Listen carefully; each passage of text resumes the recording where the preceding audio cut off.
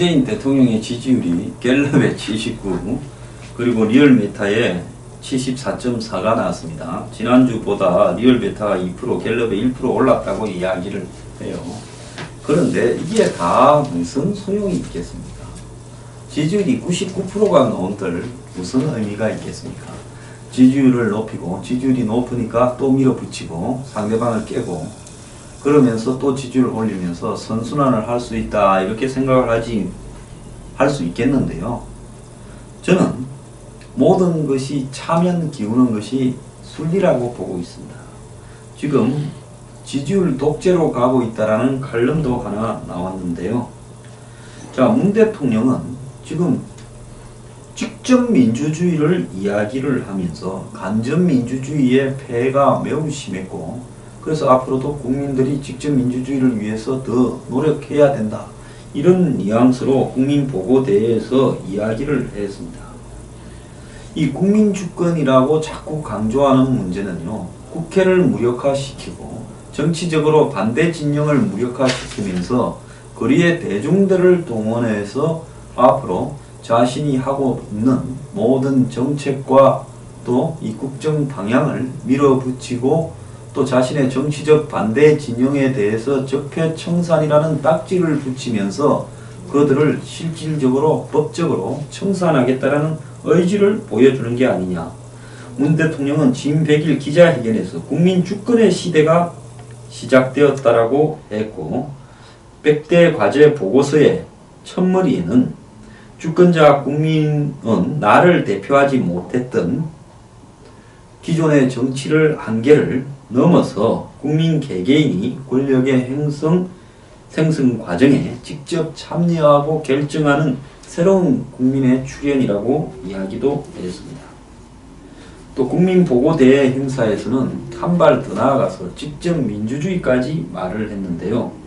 간접 민주주의로는 만족하지 못한 국민들의 입장을 이제 촛불을 들어서, 그리고 댓글을 달아서 국민들이 직접 국민 주권, 직접 민주주의를 요구하고 있다고 말을 했습니다. 자, 지금까지 국민주권이라고 하면 그냥 우리가 헌법 확인한 오는 추상적인 말이었는데요. 이제는 이런 부분을 가지고 구체화시키면서 현장에서 댓글 달고, 또 여차하면 촛불 들고 거리로 나오면서 나를 지지해라고 이야기를 하고 있는 겁니다. 이 속에서요, 지지율은 오르겠죠. 살충제 파동이 생겨도 안보와 관련해서 이 정권의 의식이나 행동이나 말이 기가 찬 일이 벌어져도 지지율은 오른다고 이야기를 합니다. 타계민이나 류영진이 같은 사람을 데리고 저렇게 난리를 쳐도 지지율은 오른다고 이야기를 합니다. 그래서 심지어 사드나 탈원전, 돈 뿌리는 복지 같은 부분에 있어서 전문가 다수가 반대를 해도 지지율은 올라가고 있습니다. 그리고 이런 지지율은 또 쉽사리 떨어지지 않을 거라고도 이야기를 하고 있습니다. 자, 쌓이고 쌓여서 못 견디겠다, 갈아보자 할 때가 올 때까지 1, 2년은 더 갈 수도 있다고 합니다. 자, 이 나라에 양극화가 심화되고 있고요. 경제적으로 젊은 층들 다수가 불만을 가지고 있습니다. 그리고 빈부격차, 이런 일자리가 사라진, 그리고 비정규직에 이런 부분에서 불만을 가지고 아르바이트로 살아가는 최저임금을 받는 사람들이 전부 이 정권을 지지하게 만들고 있다 칩시다. 문재인이 그들의 메시아고 구세주처럼 인식되어 가고 있다고 칩시다. 그렇다면 이런 사람들이 훨씬 많으니까 문재인 대통령의 지지율이 이런 사람들의 기반을 해서, 또 지역구도에 기반을 해서 흐트러지지 않는다고 볼 수도 있을 거라고 저는 생각을 합니다.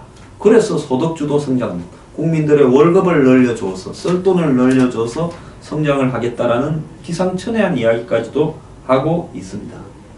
자, 문재인 대통령은 지지율의 기반을 받아서 제왕적 대통령, 황제 같은 대통령이 되고자 하는 겁니까?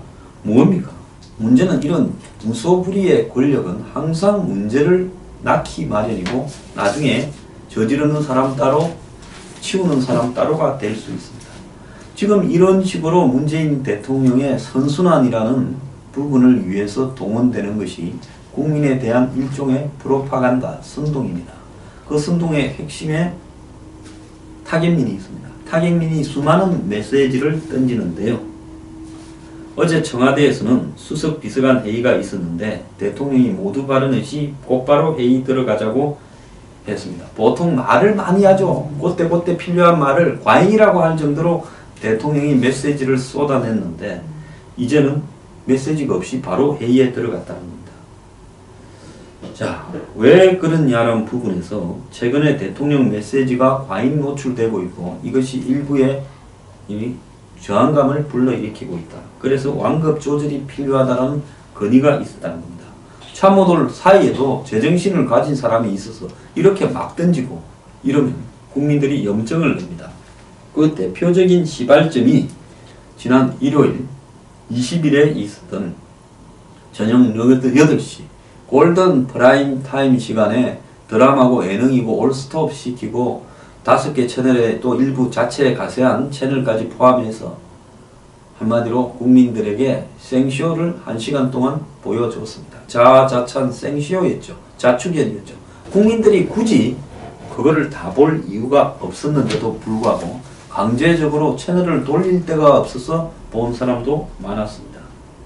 자, 땡전 뉴스와 땡문 뉴스가 뭐가 다른가 저는 묻고 싶은데요.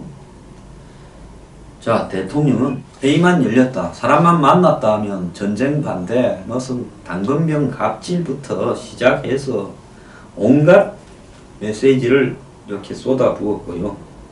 진 100일 동안 대통령이 쏟아낸 메시지는 수백 건이 될 겁니다. 너무 많아서 집중도 없고 분산이 되어서 관리가 되지 않고 있다고 자체적으로도 하소연을 하고 있습니다. 23일 그저께 하루 동안만 해도 통일부 외교부 업무보고 을지훈련 장관 박수현 브리핑을 통해서 4번에 걸쳐서 메시지를 쏟아냈다고 하는데 통일부 외교부 가서는 우리가 주도적으로 문제 해결하자, 또 그리고 북한과 관련해서 무슨 신경제, 한반도 신경제 무슨 이야기했고, 또 남북 문제가 곧 북미 대화가 될지 모르니까 그때도 대비하자고 했습니다.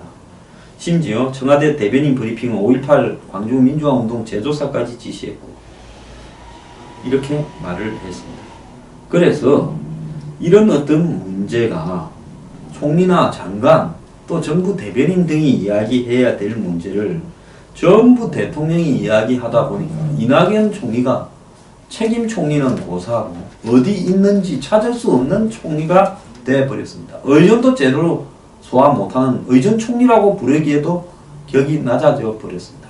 과거 자신들이 야당을 할 때는 그렇게 박 대통령을 보고 책임 총리 하지 대독 총리, 의전 총리를 임명하느냐고 난리를 떨던 사람들이 자기들이 대통령을 하니까 총리가 존재감이 없어져 가지고 일개 식약처장이 총리를 보고 짜증을 낸다고 표현을 하고 자빠졌습니다.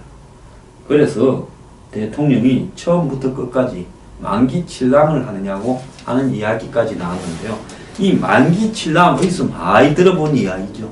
박 대통령이 무슨 수석 비서관회의나 국무회의에서 5만 거를 다 챙긴다 하면서 만기칠람으로 비판을 했는데 진짜 5만 거를 다 챙겼으면 지금 오늘날 저꼴이 됐겠습니까? 5만 거를 다 챙겼는데 실질적으로는 자기 앞가름도 챙기지 못해서 저꼴이 된 거 아니겠습니까? 자, 그렇다면 문 대통령 5만 거를 다 채울 만큼 그렇게 탁월하냐? 자, 이제 적당할 때 그만둬야 되는데 과유불급이 지나쳐서 한마디로 잘한다 하니까 춤추다가 밥상 엎은 게 지난 20일에 국민보고대회입니다.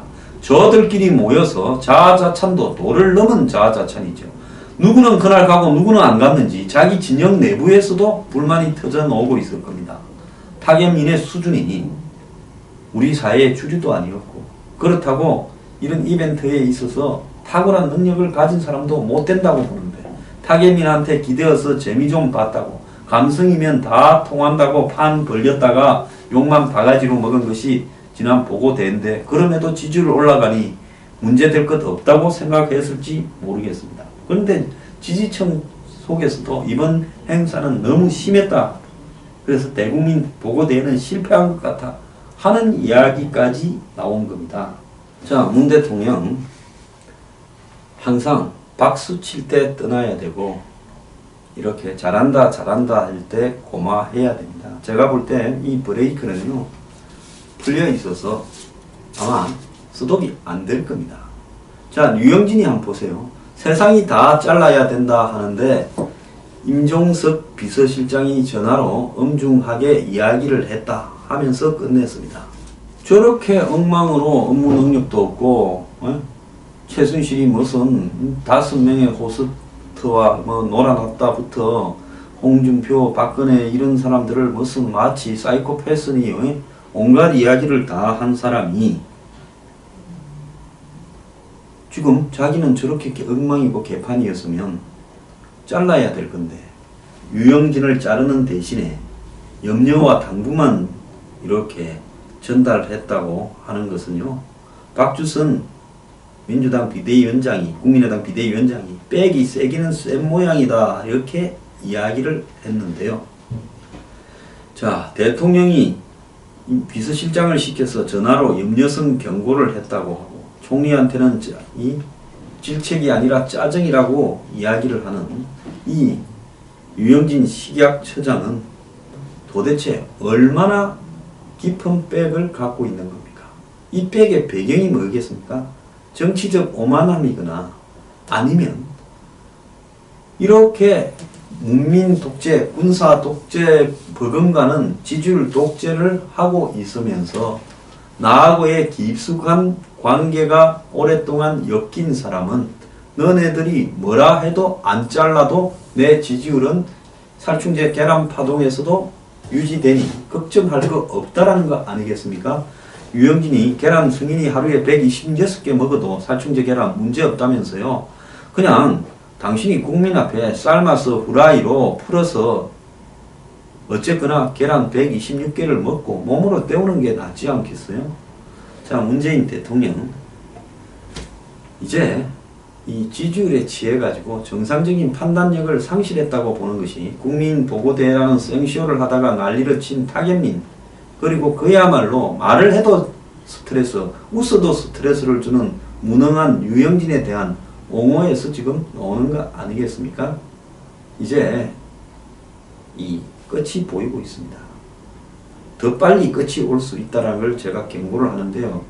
자, 이렇게 하세요. 유영진이 오래 두고 지지율 계속 70% 80%대 유지하고 타겟민이 절대 자르지 말고 국민보고대 좀 더 자주 하고 대통령이 하루에 메시지를 4개가 아니라 한 10개씩 40개씩 쏟아내고 그리고 전 채널 다 동원해서 생중계 오래오래 자주 하길 바랍니다. 자, 근본적으로 반성은 저는 못한다고 보고요. 결국은 박근혜 정권이 그랬듯이 무너지고 나서야 땅을 칠 정권이라는 것을 확실히 알았습니다.